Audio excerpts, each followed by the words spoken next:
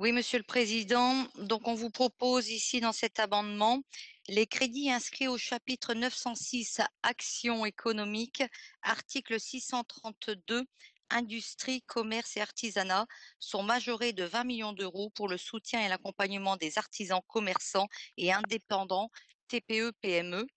Ces crédits sont gagés par une minoration de 20 millions d'euros correspondant une minoration de 6 millions d'euros de l'excédent brut d'exploitation et une minoration de 14 millions d'euros au chapitre 932 enseignement, formation professionnelle et apprentissage, article 253 formation certifiante des personnes.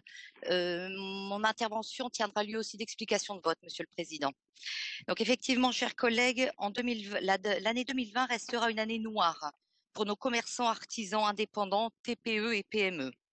Ils se sont vus interdire d'exercer leur activité sur plusieurs mois sous couvert d'une fermeture administrative imposée par le gouvernement.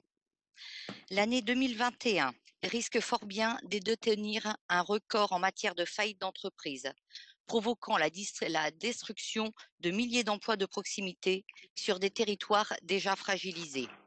Nous courons tout droit vers une catastrophe humaine et sociale sans précédent.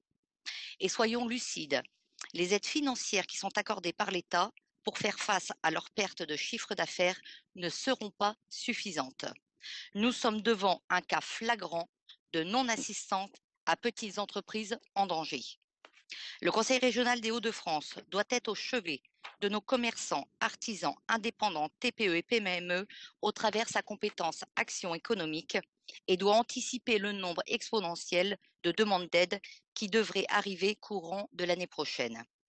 Depuis le début de la crise, le Rassemblement national et apparenté est fort de propositions.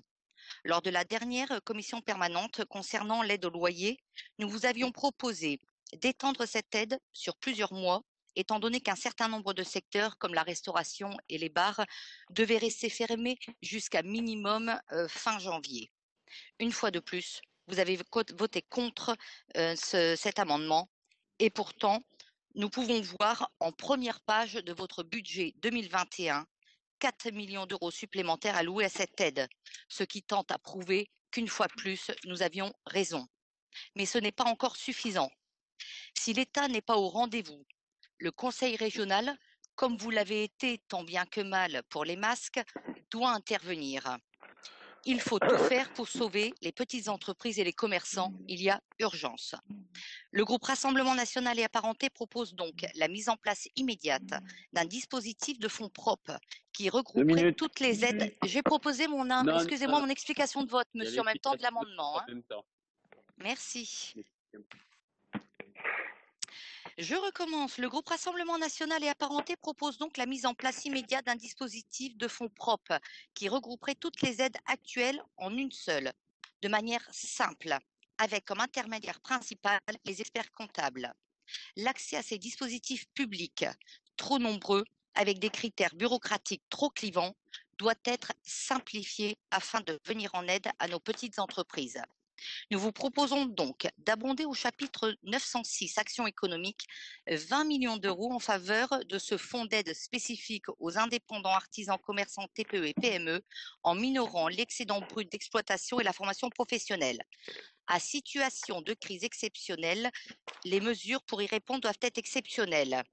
Et parce que savoir gouverner, c'est choisir, le Rassemblement national et apparenté a choisi de privilégier l'emploi au travers un soutien exceptionnel aux petites entreprises. Merci.